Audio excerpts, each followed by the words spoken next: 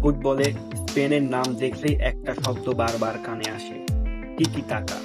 কিন্তু কখনো ভেবেছেন এই নামের অর্থ কি? আসলে দেয়াল ঘড়ির পেন্ডুলাম যখন এপাশ ওপাশ করে টিক টাক শব্দ হয়, সেখান থেকে ধারাভাষ্যকাররা অনবরত দ্রুত পাসিংয়ে এই শৈলীকে নাম দিয়েছে টিকি টাকা। এই কৌশলের মূল মন্ত্রটা খুব সহজ, যতক্ষণ বল আমাদের পায়ে থাকবে প্রতিপক্ষ ততক্ষণ গোল দিতে পারবে না।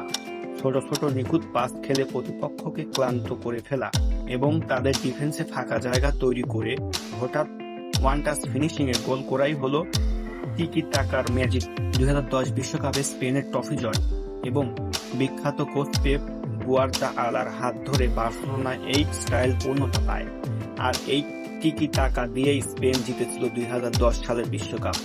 তবে বর্তমান ফুটবল আরো গতিশীল, তাই আধুনিক স্প্যানিশ দল এখন এই পজলিং পাসিং এর সাথে যোগ করেছে উইঙ্গারদের বিধ্বংসী গতি। কাউন্টার অ্যাটাকের এই যুগে আপনার কাছে কি এই টিকি টাকা পাসিং ফুটবলে সেরা বিনোদন মনে হয়? আপনার প্রিয় ফুটবল স্টাইল কোনটি? কমেন্ট করে জানান।